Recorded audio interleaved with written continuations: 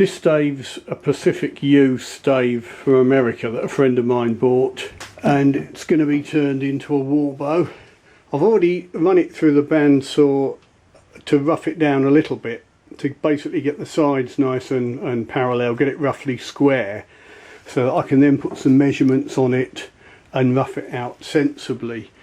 I mean, as I always say, you can't make a bow by numbers, but with a Warbow there's so much wood to remove, the closer you can get the better. So what I've done is I've looked through Weapons of War, which is the Mary Rose book giving the dimensions of all the bows. Picked a bow that was the same length as this and described as a flat D section, and taken measurements off that. Having marked out at spots where the correct depth of the bow is, I then just use my finger as a guide on the side of the bow and pump away, giving myself a rough line.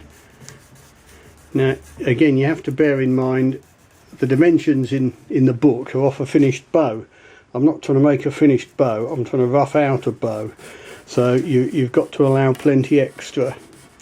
Also, the thing is, because this Mary Rose bow is of unknown draw weight, I don't really know what I'm getting, but of course I think I can safely assume that Mary Rose bow is going to be a heavier weight than I'm really after. I mean, I'm looking for about 125, 130 pounds, but I'd be pretty stupid if I cut exactly to that line. This is all just a guide for roughing out. Theoretically I could run it through the bandsaw.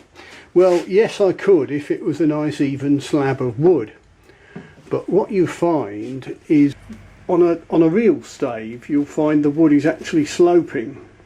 So if I measured say 35mm down from that side and ran it through the bandsaw, I'd find when I turned it over at this side I'd only have 30. So you've got to be very careful.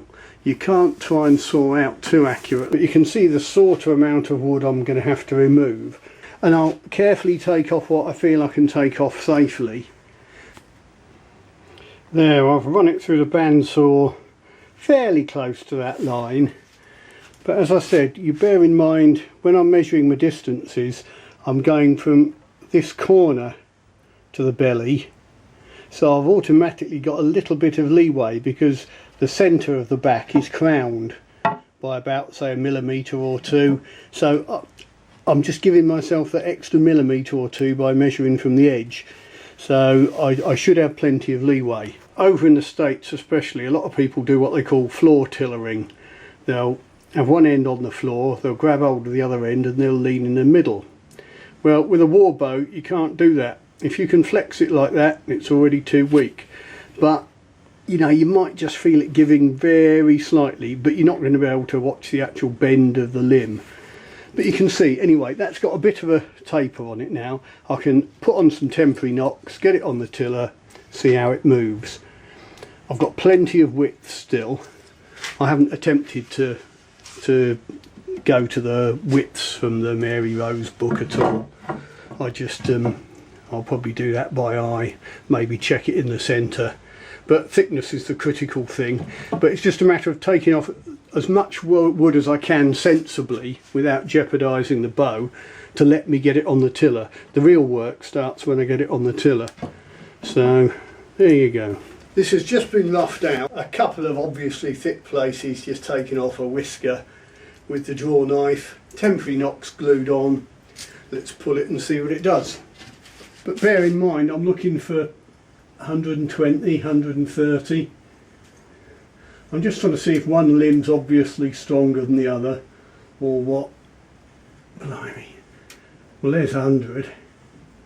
It's doing very little. It's taking the reflex out of it. So yeah, I've got a lot of work to do.